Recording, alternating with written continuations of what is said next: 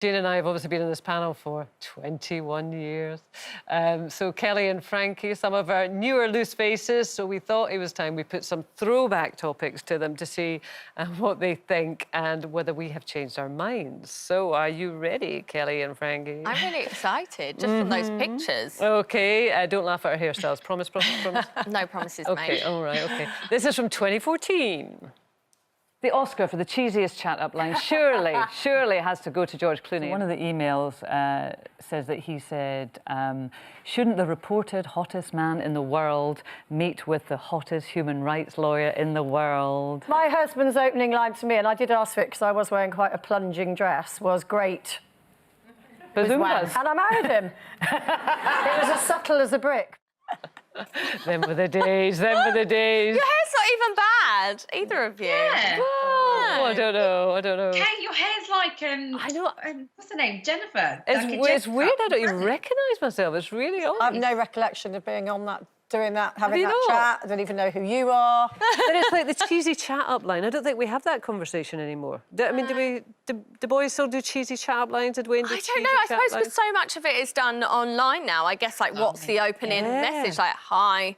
But I don't know, like, I was always one of those people, when I met Wayne, he just said something really cheeky that probably cannot be repeated, but that's what drew me in. If he'd have gone, oh, you're so beautiful, or can I buy you a drink? Descended from heaven. Yeah, the wall would have just gone straight up and I'd have been like, absolutely not. So that, like, just a bit of banter, I think is, I don't know, I wouldn't have gone for the George Clooney It's one. interesting, though. Maybe they don't, there's not so much a need, because with us it was if you were at the local disco or something, somebody would have to come up and talk. I know, come up and talk to you. And yeah, online now you can, as you say, it's just like, hi, how are you? Isn't it? No, but if Gary went up to somebody now and with that line, he'd get a slap over the chops, wouldn't he? 100%, and that's just from me. Well, from the same year, we have another confession. A survey in the paper that says that the happiest couples are the couples who sleep in the nude. I have never, from what I can remember, slept in the nude. Ever? I am in a constant state of readiness, like that. But what? I'm always thinking, there might be a fire alarm, there might be a burglar, and I'm going to have to run out into the hotel corridor or the street with no clothes on. This may surprise you, but yes, I sleep in the buff. Ooh. Yes, I know, why is that so surprising? And so Considering how cold it is in Scotland as well, most of the time. And so does my partner. The only thing is we've got bunk beds. Do you still sleep in the nude? I do, yes, I do. Somebody said, I don't know what it is, but it needs ironing. But We actually had that conversation only a few weeks ago on here, I think, about what you wear to bed. yeah, no, I just don't see the point of wearing something in bed. It just gets sweaty and mucky. I mean, Kelly, have I shocked you? I mean, you look slightly kind of liverish at the prospect of me in the buff. when we all went away for Stacey's birthday party, remember? Yeah. Yeah. So, yeah, I know you sleep in the nude. Not that I was in your room or anything. That sounds a bit weird. But, yeah, we had this conversation that you sleep in the nude. But, no, I don't do it. I like clothes. I like to feel comfy. I do like to feel, you know, a little bit sexy, but I do like to feel comfy. I need to be covered and I need to feel comfortable. So and naked would just feel is weird. it just me? Yeah. Yeah, Yes, it's you, I don't like to sleep in the nude. I like to be easy and breezy, but I like to wear What does that mean? like, you know, I'm not really a pants person, but I like to have my top covered. Do you know what?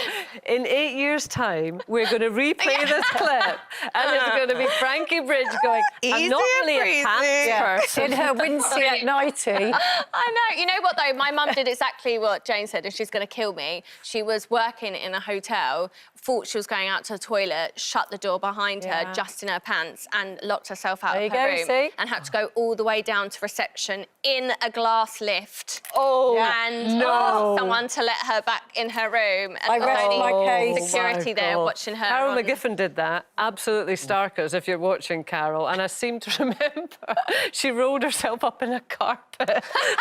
I'm sure you'd just take what you could get, though, wouldn't you? I think I would have just slept outside of my door. I don't think I could have gone down. It's the old potted plant, isn't it? Yeah. OK, one last one. This is 8 years ago. Let's look at this one. Mary Beard, TV historian, wants to reclaim the word old. Good luck with that, Mary. That's what I'm saying. She is. She's saying that she finds it the most odd compliment when people say, oh, you look good for your age. My head agrees with her, actually. Yeah, but my heart doesn't, because I love it if somebody says that I look younger than I am. But in a way, it's sort of, I think it's rather overthinking it, you know. I think a lot of people say that because it's just a compliment, and I might look at somebody and think, oh, well, they're very well preserved, you know. Maybe they've looked after their skin because they don't smoke and they've never gone in the sun and they've made sacrifices and da-da-da. But then does that not say young is good, old is bad? Jane, we look like we're wearing comedy wigs. Why am I always scratching? I've always got a scratch going on. I love the well-preserved. Well-preserved. They're very well-preserved. Oh, my goodness. Kelly, is it such a bad thing to say you look good for your age? Well, I just can't get over Jane's preserved. I can just imagine her putting herself in a pickle jar or something. I'm all right, actually. I'm not really too fussed about age. I think, you know, there's an old saying that says black don't crack. I mean, if we look at my granddad, for example, he's like 80 years old. He still looks amazing. He's looking great for his age. So yeah, if I've got that to look forward to, and I look at things like my mum, and she looks amazing, and if I keep thinking, well, if that's where I'm going, that's not so bad. So I'm all right when it comes to age. Yeah, well, lucky old you. Old Jane and I have got to look forward to being well preserved. So strange. Like a pickle. Pickles. Pickles. Hey-ho.